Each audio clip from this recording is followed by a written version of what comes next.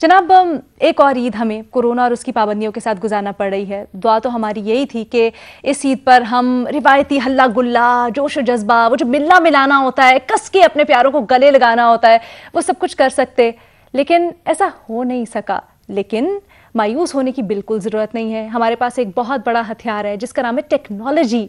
तो फ़ोन है हर एक के पास, ये स्मार्टफोन है हर एक के हाथ में। अब हम लोग इसके ज़रिए अपने प्यारों से कनेक्ट हो सकते हैं और ये जो दूरी है, जो फासले, ये बहुत ज़्यादा महसूस नहीं होते हैं। फ़ोन कर लें, नहीं तो वीडियो कॉल कर लें और आपको ऐसा मालूम होगा जैसे आप अपने प्यारों के बिल्कुल पास हैं। तो यही फासले मिटाने के लिए, यही दिलों को करीब लाने के लिए हमने भी एक इनिशिएटिव लिया है। पाकिस्तान की 3 बड़ी पॉलिटिकल पार्टीज़ हैं जिनसे हमने शख्सियात को आज दावत दी है और हम जी मिल के बैठेंगे, ईद की बातें करेंगे, गप लगाएंगे और कैसे गुजारते हैं लोग ईद, इनसे पूछेंगे। आज सीरियस बातें बिल्कुल नहीं होनी यहाँ पे। मुस्लिम लीग नून के सेक्रेटरी जनरल एहसन इकबाल साहब हमें ज्वाइन करें। तहरीक इंसाफ से फिरदौस आशिकावान साहिबा हमारे साथ हैं और पीपल्स पार्टी की शर्मिला फारूकी साहिबा हमारे साथ हैं। तो एहसन इकबाल साहब, अगर आपकी इजाज़त हो तो ये तो वैसे होती है ना ईद लड़कियों की तैयारियाँ, चूड़ियाँ, तो मैं चाहूँगी मैं शर्मिला से ज़रा पूछूं पहले कि क्या तैयारी की है इस ईद के लिए। गो के इस दफ़ा तो कोरोना हमें पता था कि है और हमें कोरोना के साथ ही ईद मनानी है, पिछली दफ़ा भी इसी तरह था, तो हम ज़रा प्रिपेयर हो गए थे। लेकिन क्या खुसूसी तौर पर इस ईद के लिए तैयारी की, कैसा ईद का दिन गुजारा शर्मिला? जी अलीना, सबसे पहले तो आपको बहुत बहुत ईद मुबारक और आपके तमाम नाजरीन जो प्रोग्राम देख उनको भी बहुत ईद मुबारक। क्योंकि हम इस साल अगेन कोरोना वायरस की वजह से सादगी से ईद मना रहे हैं, तो ऐसी कोई ख़ास तैयारी नहीं है। क्योंकि हमने देखा कि पिछले चंद महीनों से और बिलखुसूस चंद हफ्तों से जो वायरस की जो इन्फेक्शन रेट है वो इतना बढ़ गया है। लोग अस्पतालों में हैं, कुछ लोगों के प्यारे बीमार हैं। तो एक जिस तरह एक जज्बा होता है ईद के ऊपर खुशी मनाने का और खुशियाँ बांटने का, वो इस वक्त नहीं है। और हर दूसरा शख्स कोई ना कोई, किसी न किसी के घर में कोई बीमार है, मध्यम पड़ के, बिल्कुल सही, लॉकडाउन के अंदर है।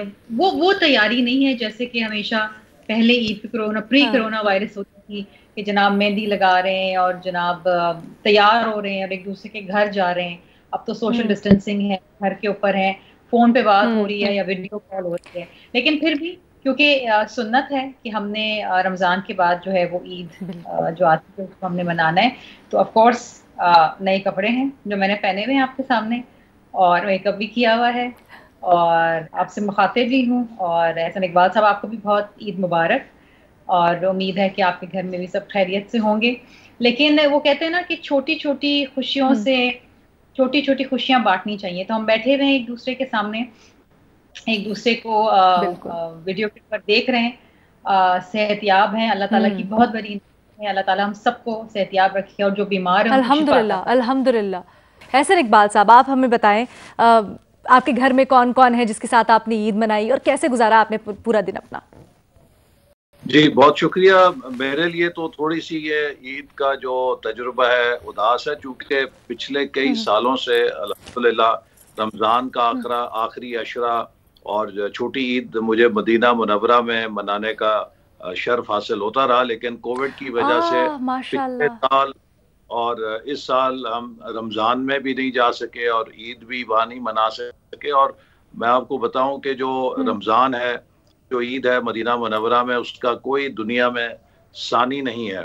तो उस लिहाज से एक बड़ी उदासी भी है। लेकिन मैं फिर जब पाकिस्तान में हूँ तो कोशिश करता हूँ कि अपने इलाके में लोगों के साथ मनाऊं। मैंने भी नारोवाल में अपने इलाके में ईद मनाई और लोगों के साथ यहाँ पे रहे। लेकिन कोविड की वजह से जो रवायती मिलना जुलना है उसको कम रखा और लोगों को भी तलकीन की कि वो बहुत एहतियात करें, क्योंकि हम नहीं चाहते कि इस खुशी के मौके पे कोई ऐसी तंगी या तकलीफ हो जिससे लोगों में बीमारी फैले और वो किसी मुश्किल में फंस जाएं।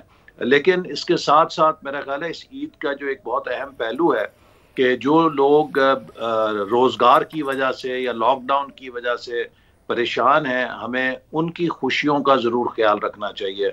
और हम में से हर किसी को अपने इर्द लोगों को तलाश करना चाहिए कि जो किसी मुश्किल का शिकार हैं, कारोबार और मुआशी तंगी का शिकार हैं, और हम किस तरह उनकी खुशियों को दोबाला कर सकते हैं और खामोशी के साथ उनके साथ कोई हम उनकी मदद करें, उनके बच्चों को नया लिबास ले दें, खुराक ले दें।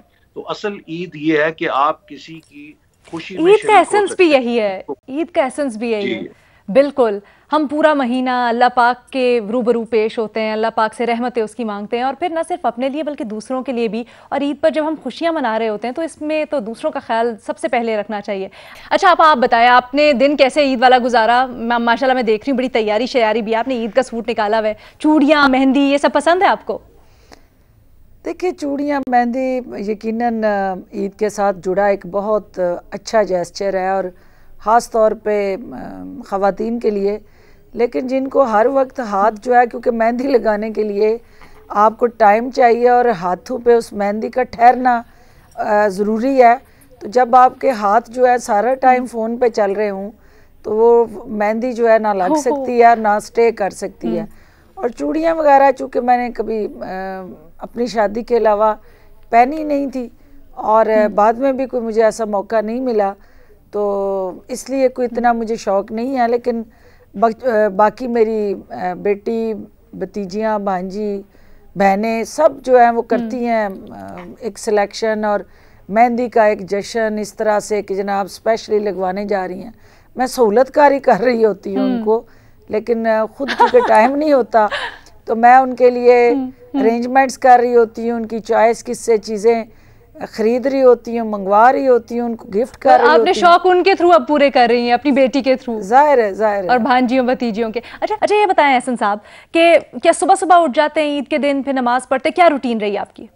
आप यकीन कीजिए कि रात से ही आपका फोन जो है वो क्रैश होना शुरू हो जाता है, और आप मुसलसल घर वालों से आपका झगड़ा होता है, कोशिश करते हैं कि ज्यादा से ज्यादा लोगों को जवाब दें। वो कहते हैं आप ये ईद के दिन भी फोन नहीं छोड़ रहे, हमारे साथ वक्त गुजारें। तो ये एक बड़ा डायलेमा होता है कि आप फैमिली को टाइम दें, या फिर वो लोग भी आपकी फैमिली है जो आपसे मोहब्बत करते हैं और जो आपको पैगामात भेजते हैं। तो ये भी एक बड़ी फुल टाइम स्ट्रगल होती है। शर्मिला से पूछते हैं, शर्मिला, क्योंकि शादी के बाद तो ये और ज़्यादा आपके ऊपर एडेड रिस्पॉन्सिबिलिटी होती है ना, कि ससुराल वाले, फिर उनकी भी एक्सपेक्टेशंस होती हैं, फिर कुछ रिवायात भी होती हैं आप जिस नई फैमिली में जा रहे होते हो उसकी। तो क्या ये मैनेज करना बड़ा मुश्किल होता है? आपके ससुराल में भी कोई ऐसी रिवायत है ख़ास ईद से मुतल्लिक? लाहौर में जो है रिवायती तौर पे ससुराल के अंदर जो दोपहर का खाना है वो आलू गोश्त और मटन पुलाव, क्योंकि लाहौरी गोश्त बहुत खाते हैं ना। हम कराची वाले तो बिरयानी वाले हैं, वो आलू मटन पुलाव मिठाई खाने के लिए, और मिठाइयाँ शौकीन है बहुत लाहौर वाले मीठी चीज़ों के। तो शीर खोरमा भी होता है, वो तो खैर कराची में भी होता था। अच्छा, आप ये बताएं, सुबह से क्या किया? कोई एहतमाम किया कि चूड़ियाँ पहननी है और फिर खाना वाना कुछ बनाने, ख़ास तौर पे जो मीठा बनता है रिवायती, ऐसा होता है आपके घर में?